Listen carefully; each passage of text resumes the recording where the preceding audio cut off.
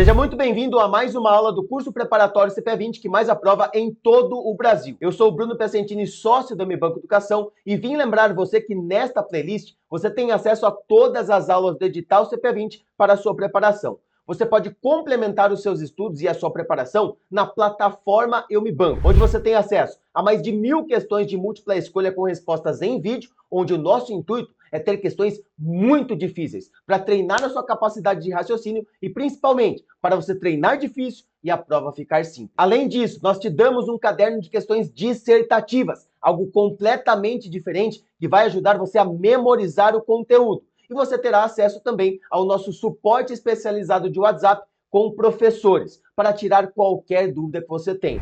Tudo isso por apenas R$ 49,90 mensais no modelo de assinatura, onde você cancela sem carência nenhuma. Passa na prova e cancela. Agora nós vamos fechar toda essa parte de regulação e autorregulação ASG numa aula bem mais tranquila do que as outras duas anteriores, prometo para você. O que nós já vimos até aqui? Vimos com relação a resoluções do Conselho Monetário Nacional, que é importante para você, a estrutura de gerenciamento de riscos e também PR-SAC, o que é esta política de responsabilidade. Na aula anterior, já na resolução do Banco Central, vimos o que é GR-SAC, um importante relatório que nós vimos detalhadamente. E agora, para fechar, uma outra resolução do Banco Central, agora 153, para falar sobre as tabelas padronizadas para o relatório GR-SAC. Mas antes da gente entrar no conteúdo, deixa eu olhar no seu olho aqui para falar uma coisa bem importante, tá? Eu vou passar para você nessa aula as 5 tabelas padronizadas do GR-SAC. Só que eu não quero e nem precisa tentar decorar essas tabelas, tá? É mais para você entender o que são. Então, alguns pontos bem importantes que são para quem é obrigatório essa tabela, para quem é facultativa essa tabela, e essa tabela aqui, para quem é obrigatório, para quem é facultativo. Isso é muito importante nessa aula e nós vamos ver já no começo. E depois, os nomes das tabelas, porque cada uma delas significa alguma coisa. E aí, para não ficar muito vago para você, além do nome, eu trouxe também a tabela. Porque aí você vê o nome, a tabela e entende junto comigo o que significa isso para o relatório, tá bom? Agora sim, que você já sabe que não precisa decorar as tabelas, nós podemos seguir aqui. Primeiro ponto bem importante, esta resolução do Bacen 153, se você quiser anotar, estabelece as tabelas padronizadas para fins de divulgação do relatório GR-SAC. São 5 tabelas, tá? 5 tabelas. Tabela 1, GVR, Governança do Gerenciamento do Risco Social, Ambiental e Climático. Governança, eu já vi isso, né? Na aula anterior. Na aula anterior nós vimos sobre a parte de governança, ou seja, esta tabela GVR, ela vai trazer o diretor, vai trazer o conselho da instituição e suas responsabilidades, atribuições. Fala sobre a governança. Tabela 2. EST, estratégias utilizadas no tratamento do risco social, ambiental e climático. Agora que eu já mostrei quem é a governança, quais as estratégias utilizadas para cada risco? É isso que diz esta tabela.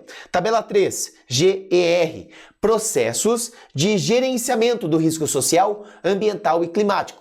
Lembra da nossa estrutura de gerenciamento de riscos? Então, nós temos vários passos a seguir, né? Lá na primeira aula nós vimos que são 7 passos da estrutura de gerenciamento do risco. Aqui na tabela GER, nós temos os processos dos gerenciamentos em si, de cada um dos riscos.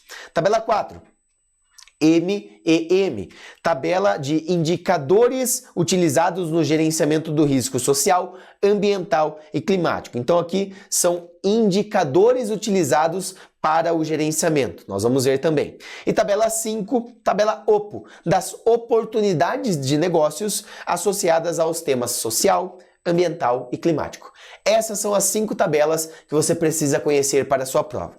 Um pouquinho além, e isso é muito importante que você entenda, tá? Muito importante esse ponto aqui. Para quem é obrigatória ou não cada uma das tabelas. Então a tabela GVR, ó, a primeira que nós vimos, ela é obrigatória para S1, S2, S3, S4. Sempre que eu falo de GR-SAC, Até na aula anterior eu falei isso para você, nós não falamos de S5, tá? O S5 está excluído. Aqui nós paramos em S4. S1, S2, S3, S4. Caso você não lembre, na primeira aula desta parte aqui de regulação e autorregulação ASG, eu trouxe um site da Anbima que mostra exatamente o que é este segmento 1, segmento 2. São níveis de instituições que você não precisa decorar. Só lembra que o S1 são instituições financeiras muito grandes, S2 grandes, S3 um pouco menores, S4 um pouco menores, S5 um pouco menores, tá? Aqui, GR-SAC, a gente exclui S5 e fala só dos 4. A tabela GVR, a primeira da governança, é obrigatório para S1, S2, S3, S4. Esses segmentos precisam divulgar essa tabela obrigatoriamente com a governança da instituição, como nós já falamos no slide anterior. Tabelas obrigatórias para S1, S2 e facultativas para S3 e S4. Tabela EST e GER. Que tabelas são essas? Essas duas aqui, ó. EST, a de estratégias, GER, a de processos de gerenciamento. Essas duas aqui, a tabela 2 e a tabela 3, são obrigatórias para S1 e S2 e facultativas para S3 e S4. E aí nós temos outras duas tabelas que serão facultativas para todo mundo, tá? A tabela MEM e a tabela OPO são facultativas para S1, S2, S3 e S4. Do que elas falam? Tabela 4 sobre indicadores e a tabela 5 sobre as oportunidades. Certo? Perfeito?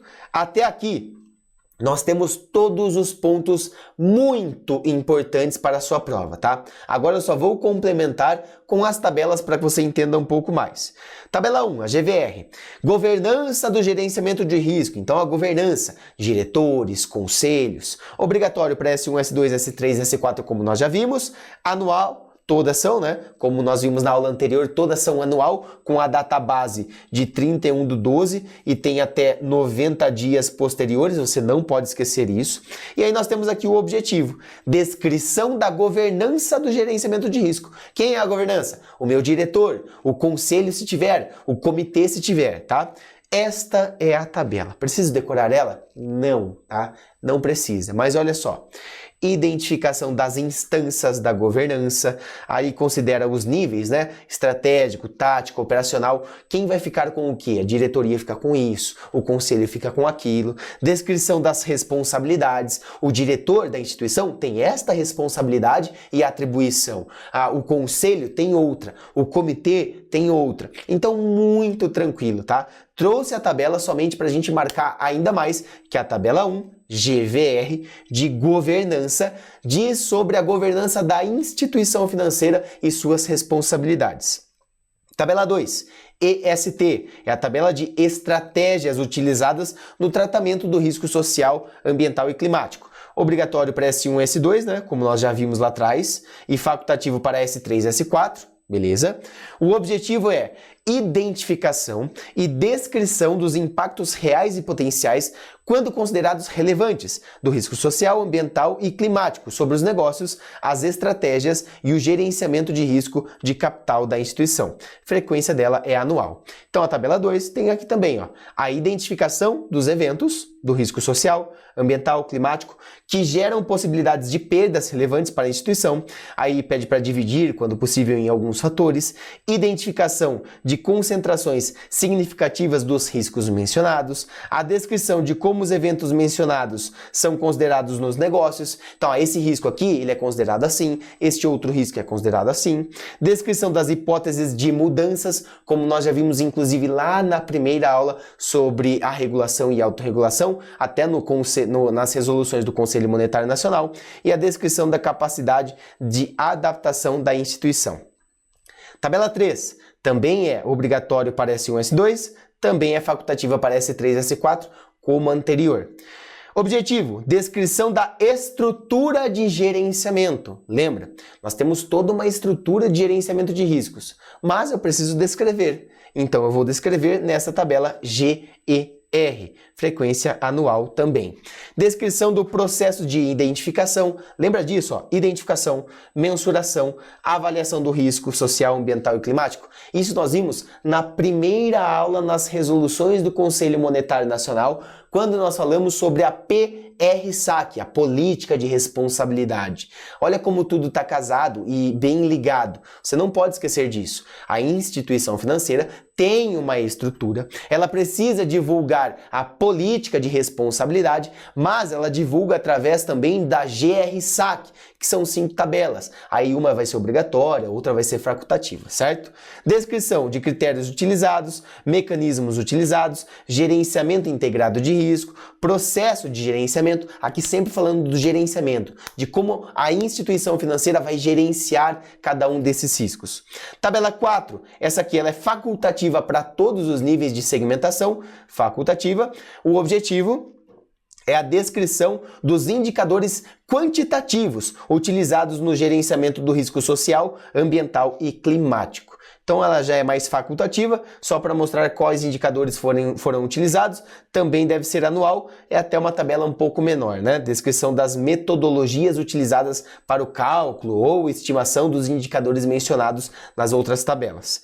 Tabela 5, afinal, é a OPO de oportunidades de negócio.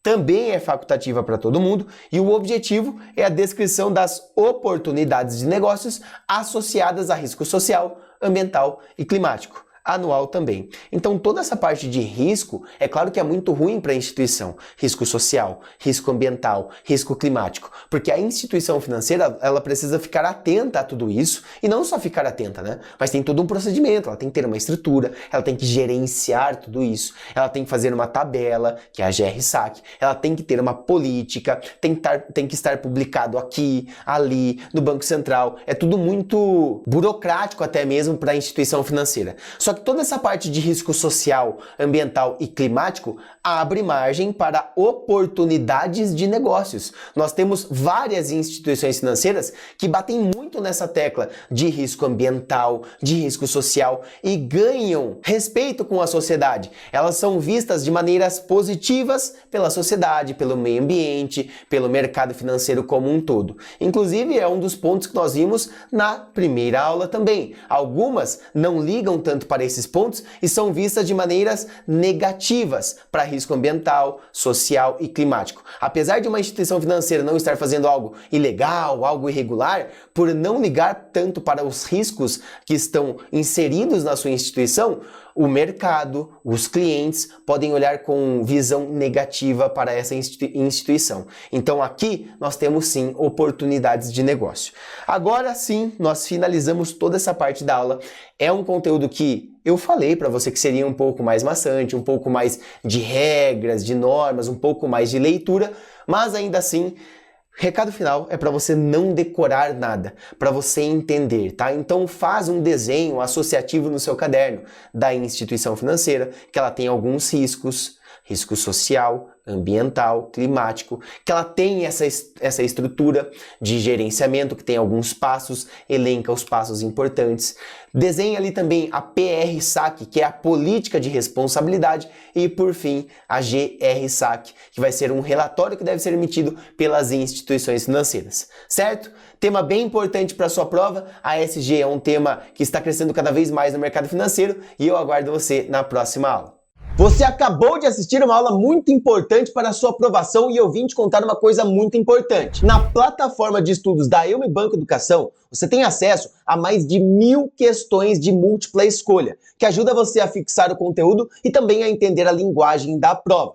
Você também tem acesso a mais de 120 questões dissertativas. São questões bem diferentes que ajudam você a memorizar o conteúdo. Isso faz parte, inclusive, da metodologia P3A da Eu Me Banco, que mais aprova alunos em todo o Brasil. Além das questões, você também tem acesso na plataforma de estudos a um suporte especializado de professores que vão tirar todas as suas dúvidas pensando na sua aprovação. Para você se inscrever é muito fácil. Aqui na descrição desse vídeo você encontra o link e pode fazer a sua assinatura mensal por apenas R$ 49,90 por mês.